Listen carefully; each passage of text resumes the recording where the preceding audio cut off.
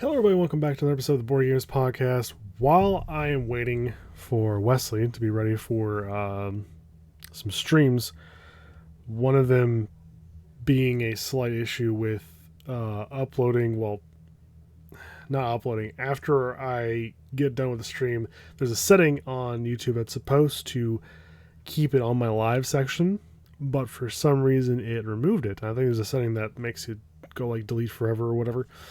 So that happened to it. We were playing Boom In, and we beat all the levels on easy. So we kind of decided that we'll do it again. We'll run them all on normal. And then after that, we're going to do Phasmophobia. Which, good thing, it has VR. And I can screen capture off my PC. So I'll stream that. That'd be cool too. I've never done a recording or a streaming of VR, so we'll have to see how that works. In the meantime, what I want to do while I waited was I did mention at the start of all this, and by the way, sorry for being like, what am I now, 3 weeks behind. I haven't had the time. I would have had the time if I put the effort into doing one. I just had things going on that I was like, you know what, I'm just not going to put the extra effort in trying to get one in because I had things going on, so I just let it go by the wayside. My bad. But I did say at the beginning of all this that I'm not going to talk about just video game stuff. I want to talk about movies, TV shows, and whatnot. So I wanted to go through movies because I want to briefly, and I want to do more of this later on with Mom because we watch a lot of movies and TV shows. She'd be a good input for films and TV shows for what's actually good. But I want to run through briefly Rotten Tomatoes top 100 worst movies of all time. And then I want to go through a list of Academy Award records. And I have a good point about this. And the title of this is probably going to have some relation to it, but I'm going to quickly switch over. There we go. Getting this going on OBS was really fun because I can do this like, hey, I'm just going to talk to you now. Hey, look at that. I can screen share. It's probably stupid, simple, and basic for other streamers and other YouTubers that do things like this, but I don't know. I think it's cool that I can do this. So, 100 movies that were scored less than 5% from the Tomato Meter critics. I hate Rotten Tomatoes reviews. IGN's is the worst, but I absolutely hate Rotten Tomatoes. Spam me a little bit there. There you go. That's better. So, for those listening, I screen capture with my webcam in it. That's it. You're not missing anything. But if you know the movies as I go through them, audio listeners, cool. If you don't, the YouTube's probably better. So in these top 100, we're going to skip some because I don't know some movies or I don't know enough to have an opinion. But it goes from 0 down. So the first one I want to talk about, 1,000 Words with Eddie Murphy. That movie got a 0 critically acclaimed. The 46, I think that's supposed to be the moviegoers, like public opinion was a 46%. I think that's good. I think that's fair. I think a 40 would probably be more accurate. Bring it down some from 50% because it's not a 50%. It's not a 50-50 kind of okay movie. It's kind of, this is kind of crap. But the concept of as the trees leaves fall, he has that limit of 1,000 words. It's a good concept. It was a comedy too. I think it was a very well-made movie in the concept. Basically, that was my only favorite part of it. Concept was good. But it as a whole, not so much. So I think a 40 is good just because concept really gave it something. They just didn't do it well enough that I think it warrants more than like a 40%, if we're going to be honest. But not a 0. That's stupid. You have 100% of 100 points to work with, and critics in the Rotten Tomato critics are just like, 0. Stupid. I'm gonna call them that a lot. This entire thing, because I hate them. I recently watched this. It's I'm not sure if it's a Netflix only film. It was on Netflix. It's called The Last Days of American Crime. It came out 2 years ago. It's fun. The movie's fun. It's fast. Concept is good. 22% critic, 20% public review. Terrible. And again, 0% critic. I think that movie's a good solid. I give it like a 65, 70 out of 100. That movie is not a zero. It is fun. It's got action. It's got crime portrayal. Criminals go after criminals. It's got violence. It's got like criminals within a family's organization that's a bunch of criminals. That's got that element there, and then the whole concept of you can't commit crime because of a government broadcast signal wipes out crime forever. It's kind of, let me see if I can open up a little more and get more of a read on it. Yeah, so it doesn't really explain it that much. So what it basically does is if you try to commit a crime, this they send out this, it's almost like a brainwave thing, like it's like setting a radio, it's like a certain hertz, certain decibel, and you hit a button, and if you try to commit crime, it's going to like affect you, and you'll be crippled, and like you can't do anything, hurts you, can sometimes kill you. Um, it's not bad of an idea, but the combat and what goes on inside of it, overall, I think it's great.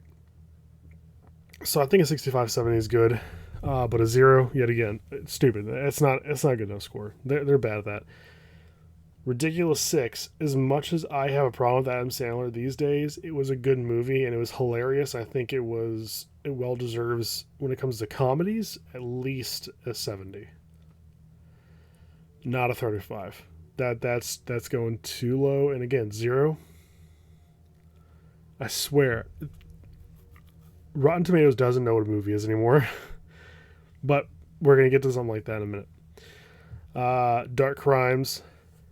Jim Carrey doing a really gritty, really like dark person is interesting, and I think it's based out in. Is it based out in Sweden? Am I completely wrong about that?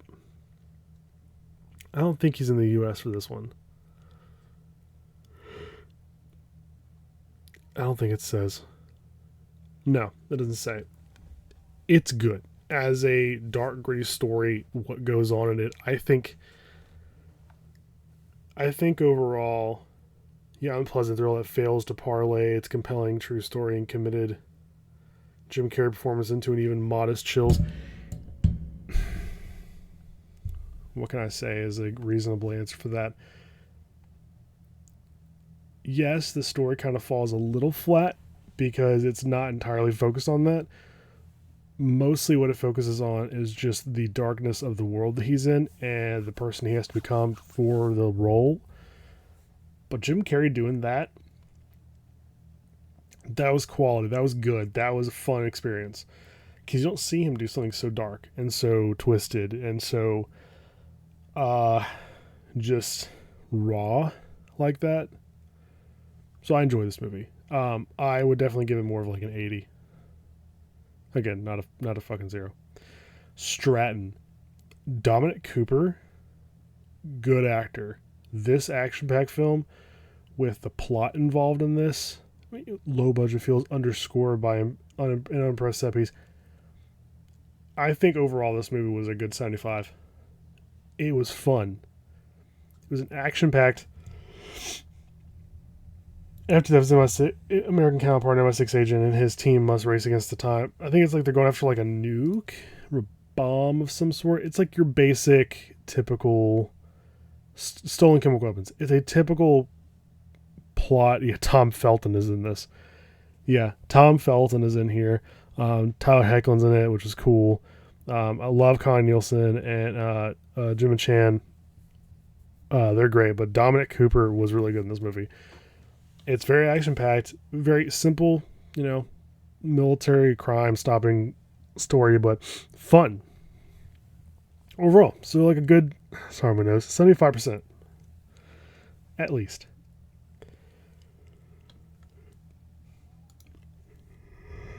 I think this is that reboot. I think, okay, sorry for the audio listeners, Cabin Fever. Wasn't there one like this like way back? And this is like a reboot of the original, isn't it? Yeah, Flushing Virus back. Yeah, there's a reboot of this because I will even Google it while I'm recording. I'm fine with that. Yeah, the 2002 original Cabin Fever. This one was good. This was, yeah, with Ryder Strong, Jordan Ladd. Yeah, I remember these cast people. This is the guy I remember the most in it. This is the main guy. Y'all need to look him up for audio listeners. Ryder Strong. Him in the 2002 Cabin Fever, that was great. A reboot of Cabin Fever? Nah. I haven't. Leave it where it is. It was a fantastic film for its time. It was done well. I don't think you can reboot that well enough. I don't think this should have been rebooted. It was.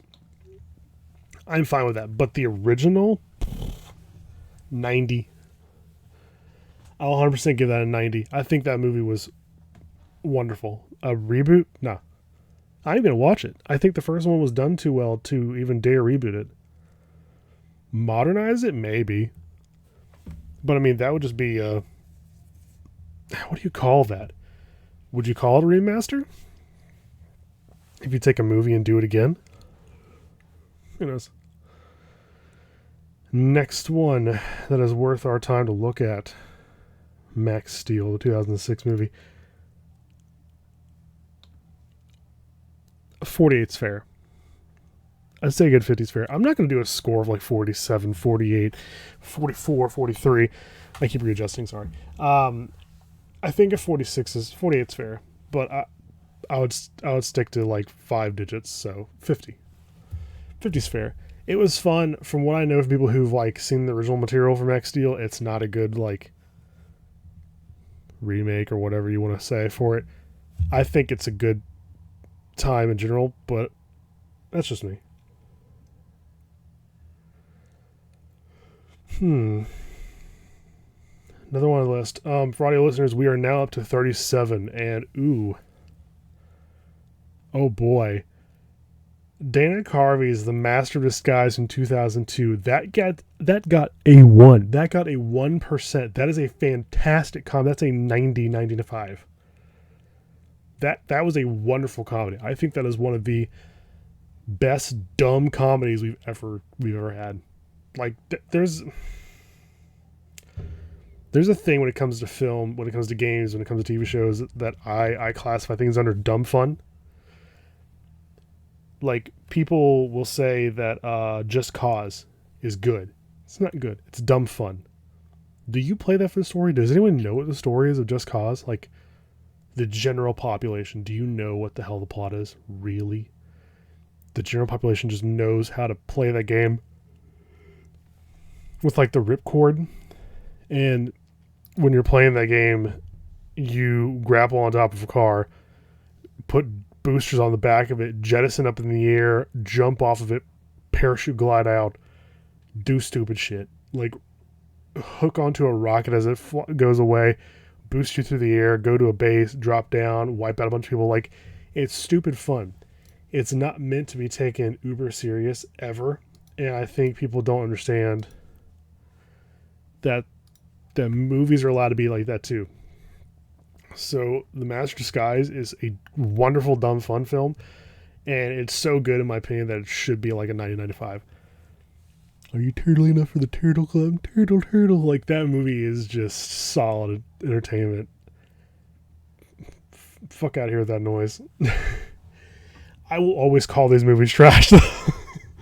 I'm talking about dumb fun films, and they're allowed to be epic movie or scary movies 1 through God knows 1,000. They're all just stupid. 4, whichever one had signs. Son of a bitch. Scary movie. Let's see which one I'm talking about. I think it's 4. 1 was okay. Here's the film series. This is what I'm looking for. Was it 4? I want to say yes. Yes. It's 4. Because does it say what it's based off of? There's usually like a list of this is what it covers.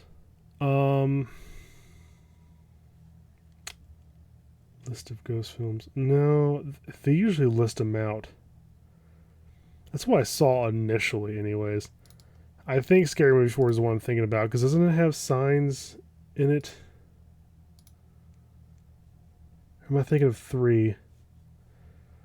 I should have had this pre-done, because I didn't look through the whole list. I was like, yeah, we're just going to talk about it. Oh, man. I don't even had a 5.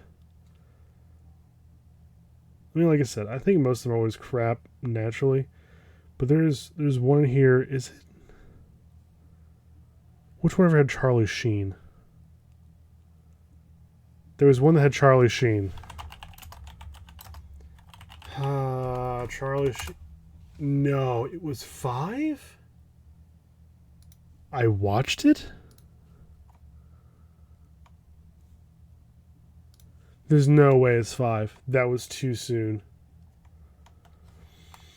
I'm sorry, guys. I really need to find this out now because I don't know which one had signs. Scary Movie 3. Okay. So 3 and 4 are great. 3 is better. I liked 4 because it had, you can just see here in the corner of my screen. Here you go. You can just see the one from, what's it called? The little Asian kid. That's creepy. The Grudge. Ain't you on the Grudge? The hand coming out the hair in the back. It's got the chick in it from that one. God, what is her name? I'm an idiot. Anna Faris. That was good. Some parts are good. Some parts of these movies are good. The Grudge was good. The Saw bit was good. 3 overall was a good one, but most of these are dumb fun. And I would rope in epic movie. Not another teen movie is actually a good one. Would I give it a high rating? No. I would say it's like a 60, 70 maybe. If we're going out of, sorry, my screen's messy. If we're gonna go out of like 100, 60 or 70. Nothing more, nothing less. Meet the Spartans. Another dumb fun. That was good. Not great. 70. I mean, when you have King Leonidas oiled up the way he is and come on Bobby, let's go party. That is so fucking hilarious. That is enjoyable. That is good entertainment. Who played Leonidas in this? Can we figure out Sean McGuire? Does anybody know who Sean McGuire is? What else did he play in? Highest rated. That's terrible. The highest rated his only 2 films is 2 and a 17. What has he done? Movie wise. Unknown.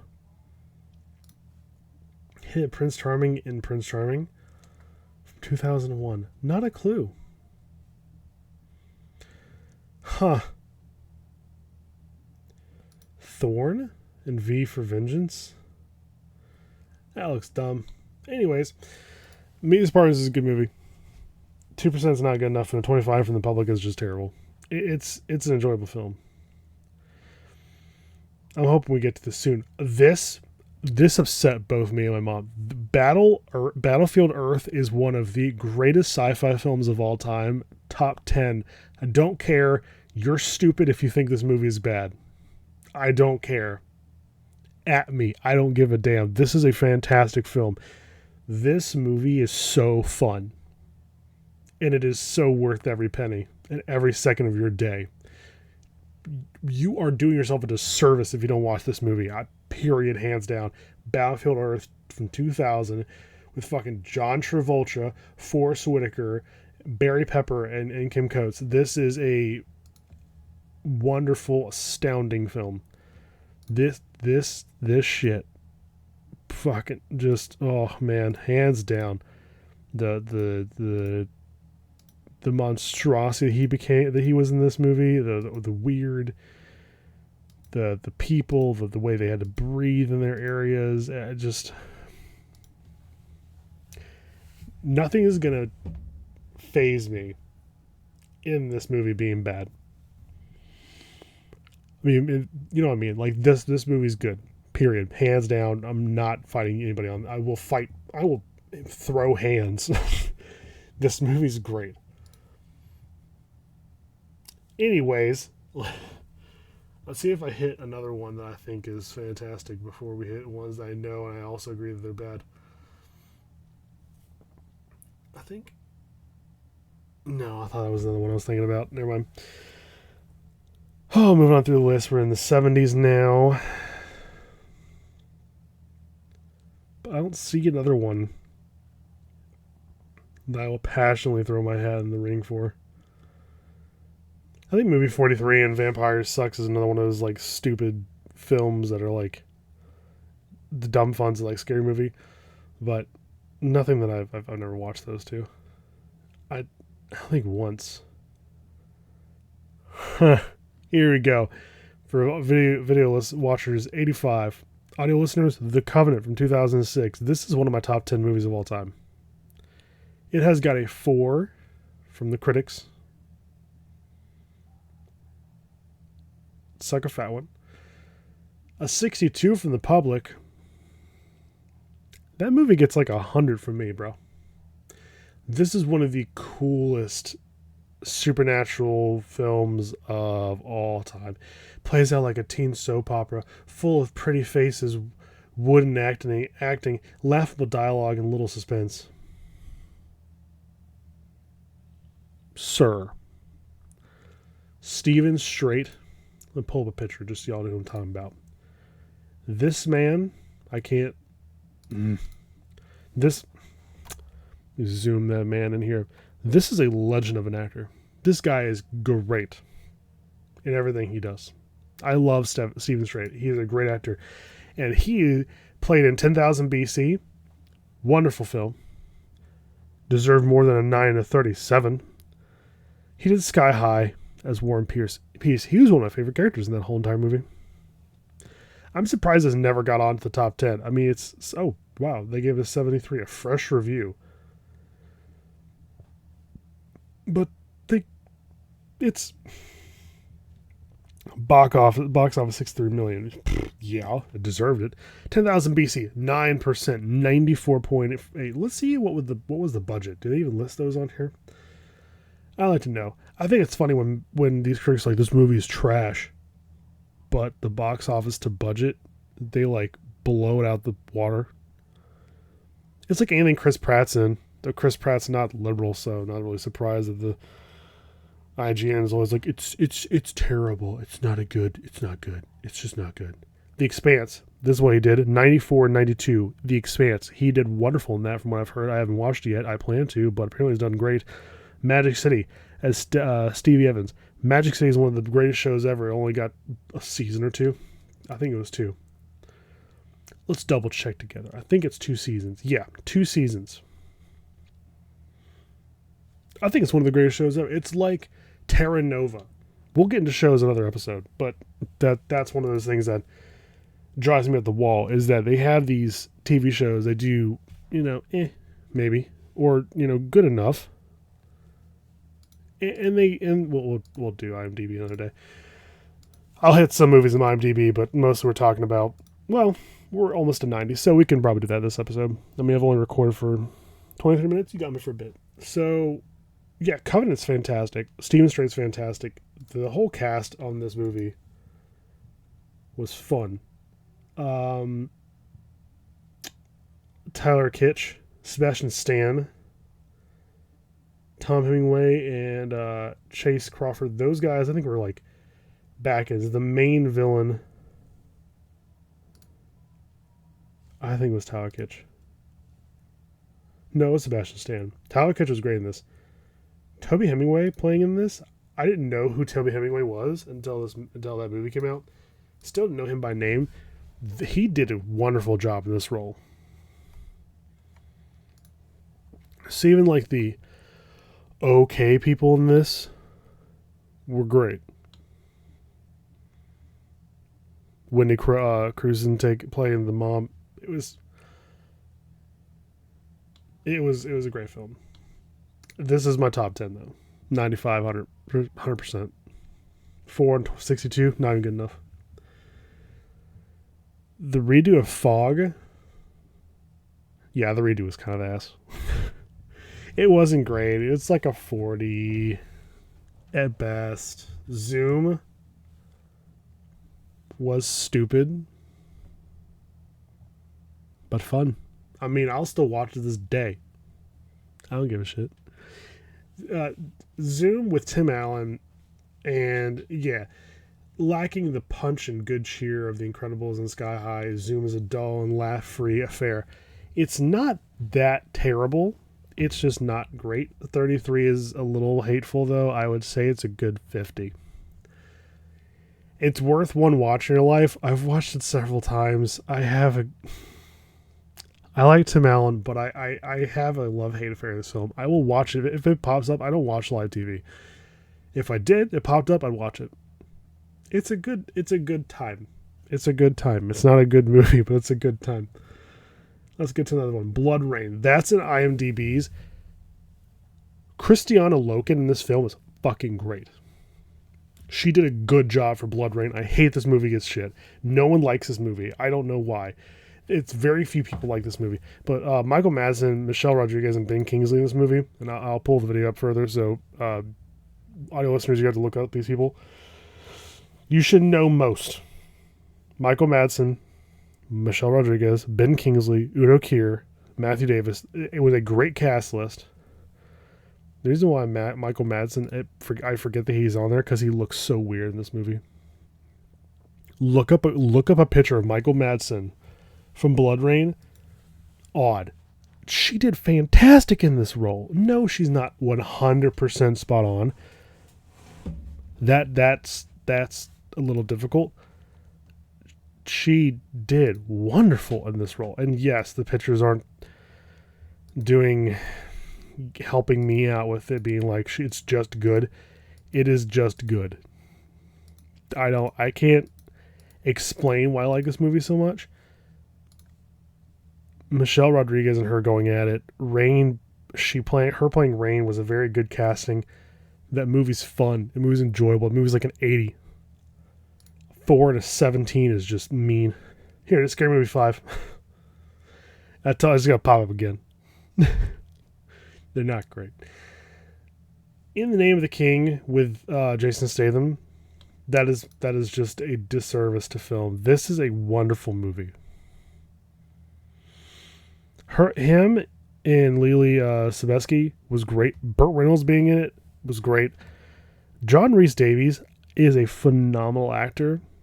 Ray Liotta, which I think he passed recently. I don't want to say this man's dead if I'm wrong. He's not, right?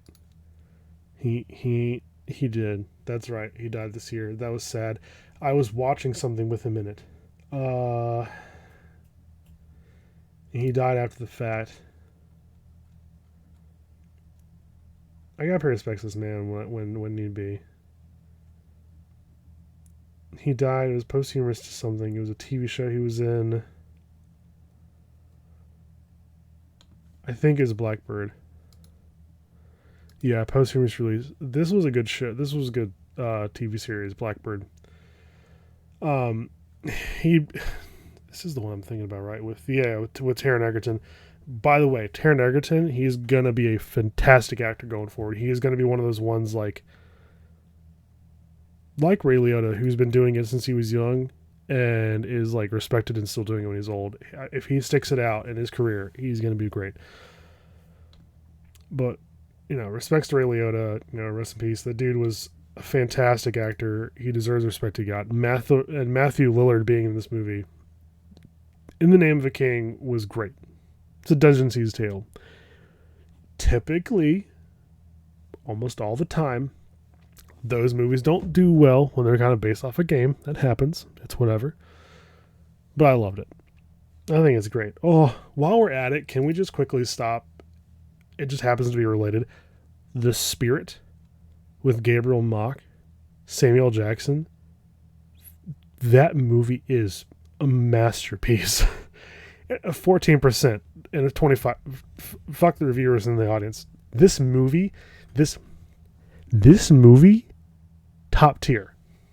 Top 25 films of all time. The Spirit is fantastic.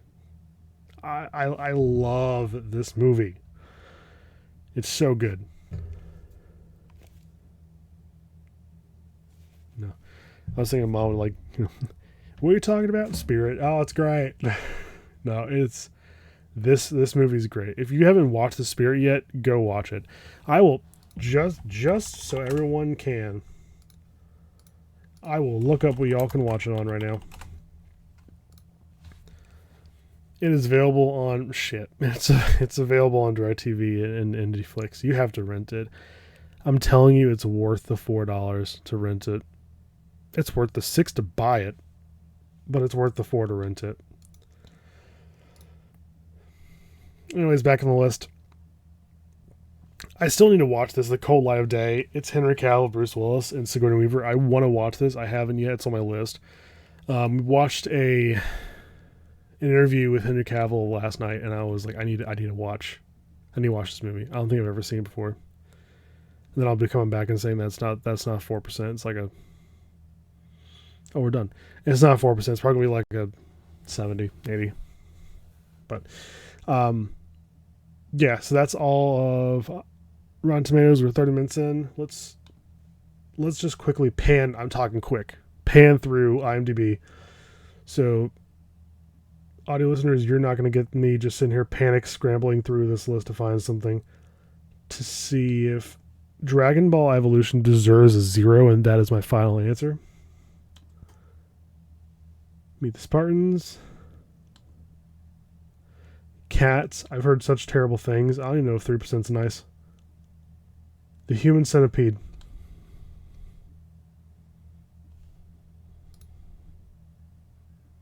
We ain't talking about that movie. We're not going to talk about the franchise. Scrub that name from your ears. Blood Rain. Wonderful. Cosmic Sin's another one of those movies, like, it's stupid, but it's such an enjoyable experience. But it's such a bad movie. It's cool. But Bruce Willis has been on, like, a bender of shit films. And I think he came out and said he has, like, some severe health issues. That's probably why he's been doing kind of like meh stuff, because he can't do a whole lot. Here we go. These are two. I think these are only the two. We're just scrolling down real fast. There's a couple in here I really wanted to touch on. I Know Who Killed Me, the movie with what's her name, Lindsay Lohan. It's a good 40-50%. Oh, this is on a 5-point scale, isn't it? I think it's on a 5-point scale.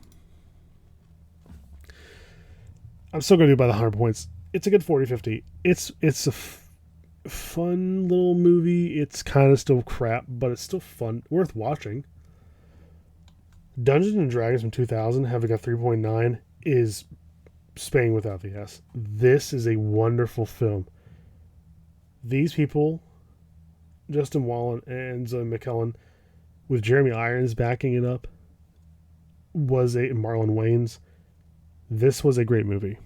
Dungeons and Dragons, it looks weird. I'm not gonna lie, like, this man right here is odd. The whole the what's the word I'm looking for? The CGI is not good at all. The movie as a whole is such fun. Worth watching though. Guaranteed. Worth every second of your time if you can. Oh, it's out of 10. Well, that's even worse. 3.6. Like a 6 out of 10. If you're watching this little bit here, yeah, it doesn't look that great. It's a 2000 film. Give it credit. They try to do something really cool really early on. Either way, it's a wonderful watch. Yeah, that dude was weird. But it's a great movie. I love Dungeons and Dragons from 2000. I think it's one of the... I'll put it in top 25 for my movies, actually. You know what? Yeah, top 25, 100%. It's good enough for me to give a top 25, because it's great. It is a great experience. Master of Disguise, yet again. The fact that The Room was a 3.7 out of 10, and yet it's got, like, now critical acclaim and had a show based on the making of it because it's such a stupid movie. That's what makes me love it so much. So the only two from here that I really want to talk about, Catwoman getting a 3 out of 5. I think even Halle Berry was like, I hated making the movie, or I didn't like that movie, or I don't know why I made it, or so, like disappointed with it, or whatever. Whatever her argument was, or point was, I loved that one. It's not accurate to DC. Period. It is its own thing. What a fun movie. 3.5, 7. 7.5 even. Kazam. I didn't even realize I was there. How did I miss that? Kazam, which I think people thought it was. Oh, it is Shaquille O'Neal. Is that Shaquille O'Neal? It's so long ago. It is Shaquille O'Neal. This movie deserves way more praise than a fucking 3.5. The audacity of that movie getting a 3.5 astounds me. I'm surprised that never got better. Can we get Shaq? Sorry, I hit the microphone. Can we get Shaq in a Kazam 2? I'd love to see it. And Slenderman 2018, look, I'm not the only one in this world that loves creepypasta stuff. It is weird.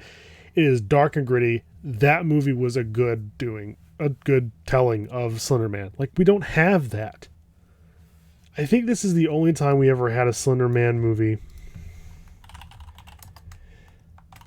Here I go Googling in the middle of my recording. Okay, there's a 2005 called Always Watching, a Marble Hornets story. Need to watch it. Didn't watch it. Doug Jones playing Slenderman makes sense. Doug Jones is a tall motherfucker. He's a 6'4". I mean, he's not the tallest, but he's tall. He's lanky, too. Hold the hell up. I thought that was somebody completely different. Never mind. We can move on. Don't even look back at don't even watch what I just watched. I thought it was a whole nother actress. I was going to say, you know what, she's in it. Never mind. It's a great film. I love this. There's a certain actor. I don't remember her name. I remember her face. She looked a lot like her. We're just going to skip past that. Slenderman deserves more than 3.5. A 6. A 5.5. It's fun. And we had one other Slenderman movie that never got anywhere because it never got a lot of. I need to watch the other one to have this real opinion. Slenderman 2018 is the only one I watched. Because it's the only one I never heard of. I never heard of the 2015 one, Always Watching. So this is the best I got. I think it's good for what it is. I think it's good. Now, why movies I think are good get bad ratings, that's on me. No one else. I can't explain that. I can't explain it to you. I can't explain it to myself. But what I can do is tell you what's irritated me when I found out about this. We're going to look at the list of Academy Awards records right now. And what I want to explain, I will read all this out so those of y'all watching, sorry. Most awards won by a single film, which is 11. Ben-Hur from 1959, Titanic from 1997, and Lord of the Rings: The Return of the King, 2003. 15 categories nominated, got 12 for Ben-Hur. 17 nominated for Titanic, got 14. Damn. And Lord of the Rings: Return of the King, this kind of hurts me. I wish it was more. 17 awarded, available for nomination, got 11. I thought that'd be higher. I really did. I thought we would have seen that way higher, but we didn't. I'm dropping the brightness on my. You know what? That looks a whole lot better. All right, so. What annoys the hell out of me is going through this whole thing. You look at the most nominated received by a single film. These 3 films received 14 nominations, at least, which is high. Of course, the other ones received the same thing, so I'm really confused. Oh, they received a total of 14 nominations. 16 categories available. They got 14 of them. They won 6. All About Eve in 1950, Titanic in 1997, La La Land 2016. That is the newest movie that received any high praise. Ain't that mind-blowing to you? All these movies ever created.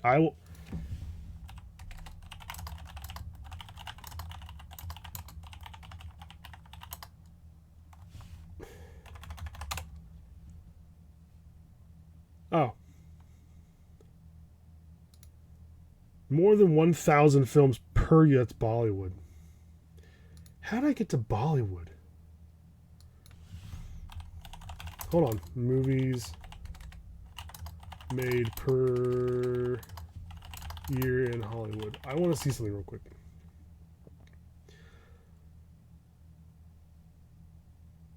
400 in 2021, up from the 334 the year period prior. So, first of all, Hollywood does not produce 600 movies per year. Hollywood is typically considered to be major studios, not all film production. Okay, whatever. They make hundreds of years, just in Hollywood alone, give or take.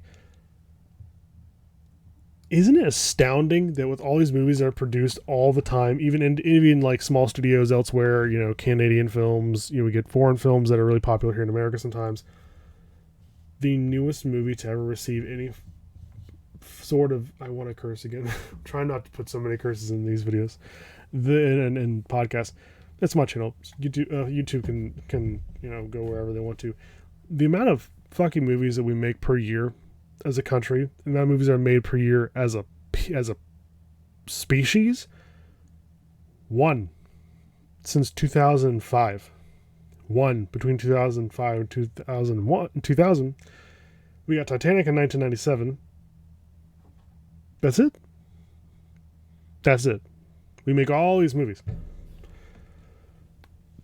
That's it. But what I love to see is the highest number of Academy Awards won by a writer is 3. Francis Ford Coppola. If y'all don't know who Francis Ford Coppola, get out. For both Best Adapted and Original Screenplay. You want to know what that's for? The Godfather. I have a Funko Pop of The Godfather, 50th anniversary. It is the Vito Corleone Marlon Brando Vito Corleone.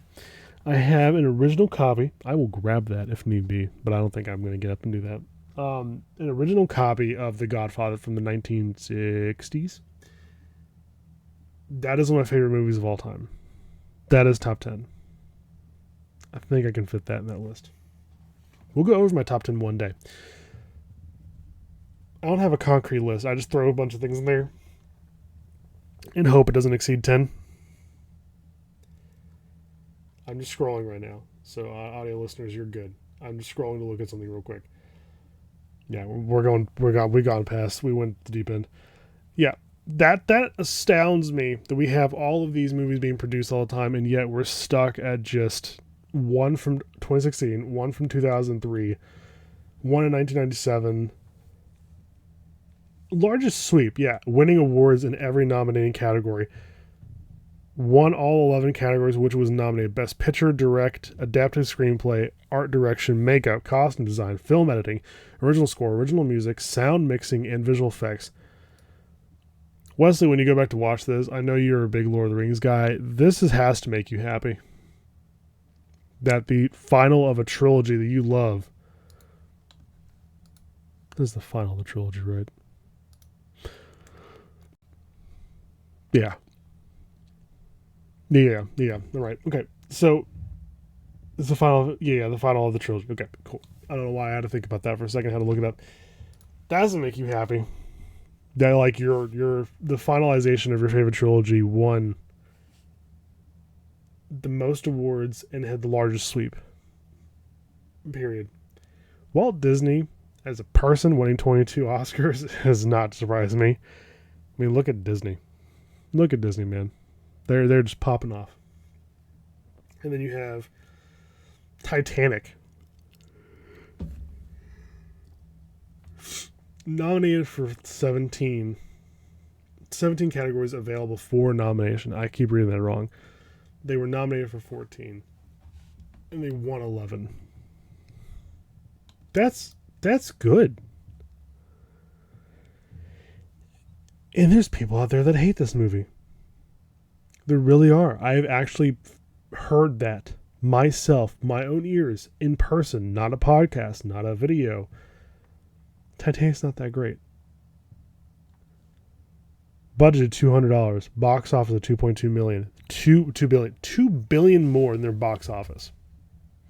If that is not an indication of good, I don't know what is.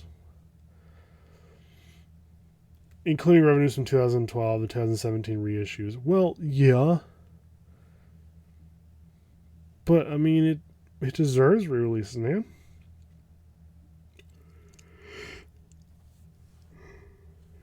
I'm yawning because I'm talking a lot, and it's late, and I'm going to be up even later. Because I said before, I gotta do 2 streams.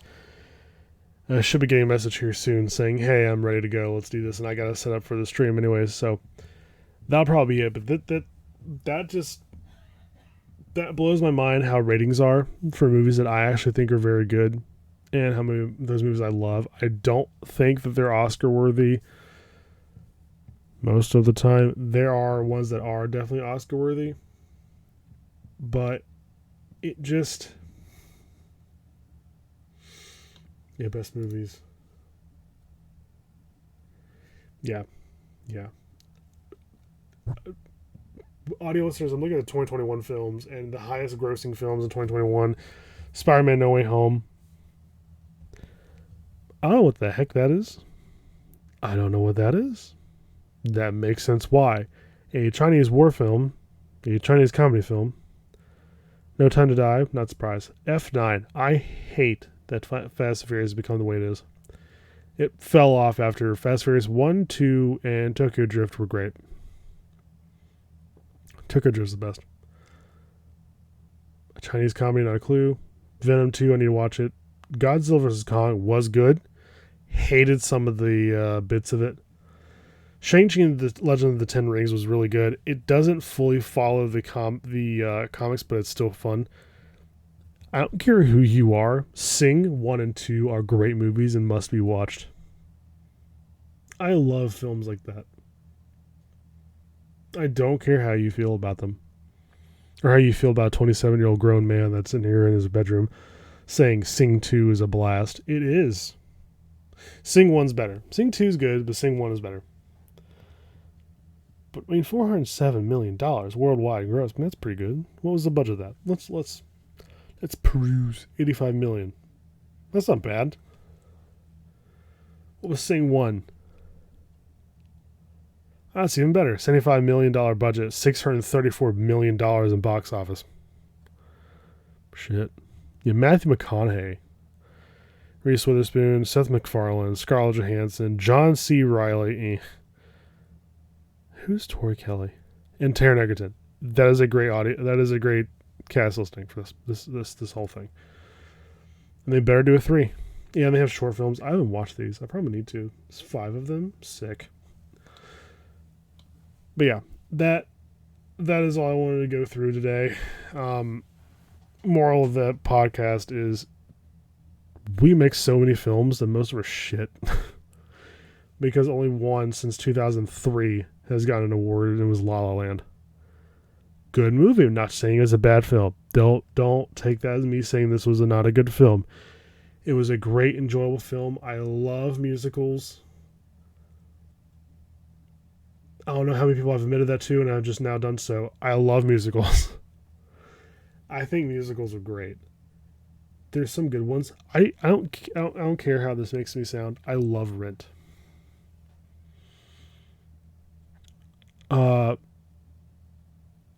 What is that guy's name?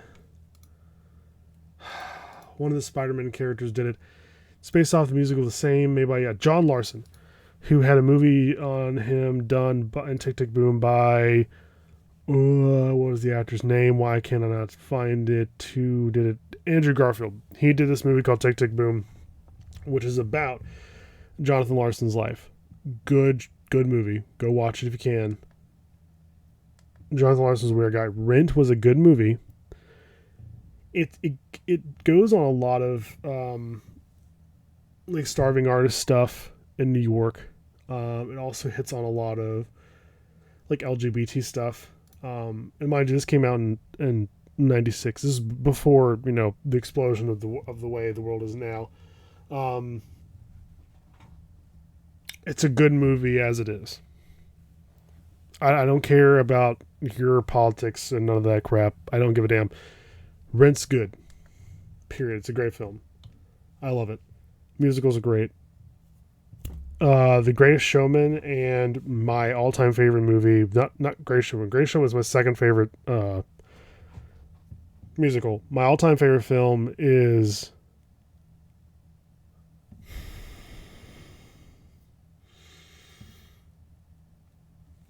I don't know why I'm blanking on this. I should know what this is. Across the Universe. If you do not know what Across the Universe is, you're missing out in your life. This is one of the most beautiful films ever produced. I love this movie. It means the world to me. Evan Rachel Wood and Jim Sturgis will be two of my favorite actors of all time because of this movie. Joe Anderson, too. I wish he did more. He's done, okay. He's done a lot. I don't see him in much. I probably need to go back through and watch his stuff as just like an appreciation of what he's done. But I don't think he's ever main cast in most of this stuff, which kind of sucks. Yeah, he did. He was in Horns. Horns was good. But yes, I think that is a movie that needs to be watched. Evan Rachel Wood has blossomed into a phenomenal actress, and I love everything she works in. Jim Sturgis, fantastic actor. These two mean the world to me when it comes to film. I praise them for their acting in this film. The Beatles is one of my favorite bands of all time, and they made this movie. It's all about them. It literally 34 compositions originally written by the Beatles. It is a movie with their music, period. But this whole entire film is the best. I'm gonna leave it with that. I gotta get going. I got streams to do. I'll post this next week. The streams will pop up now. So once you see a stream of Boom In and a stream of Phasmophobia, that is right after me doing this episode. So thank you all so much for watching and listening. I hope y'all enjoyed it. I hope y'all like films as much as I do, because it's a big. My God, I'm burping so much. It's a big deal for me. Media in general, film in general. So thank you all so much for listening and watching. Again, I'm going to repeat myself. And I'll catch y'all in the next episode. Bye.